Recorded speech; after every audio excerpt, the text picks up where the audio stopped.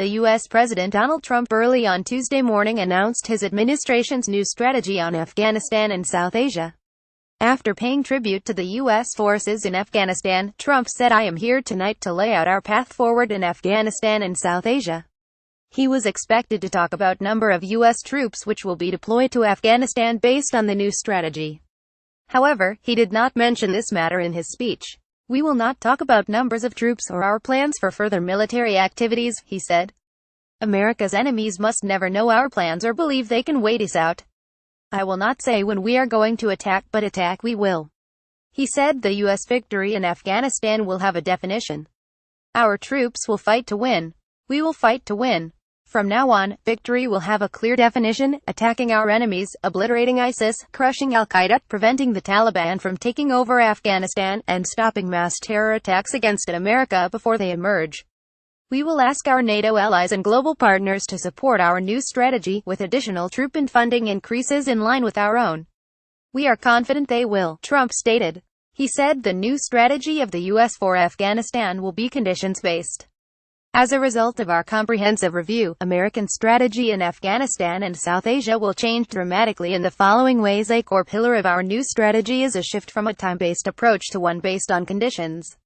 Another fundamental pillar of our new strategy is the integration of all instruments of American power, diplomatic, economic, and military, toward a successful outcome," he added.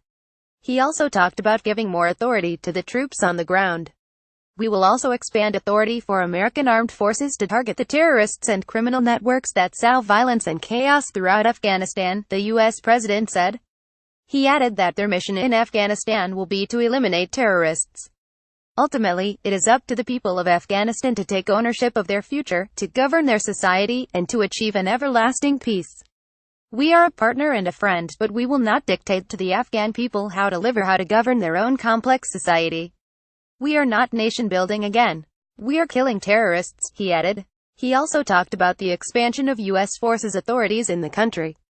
"We will also expand authority for American armed forces to target the terrorists and criminal networks that sow violence and chaos throughout Afghanistan," he said.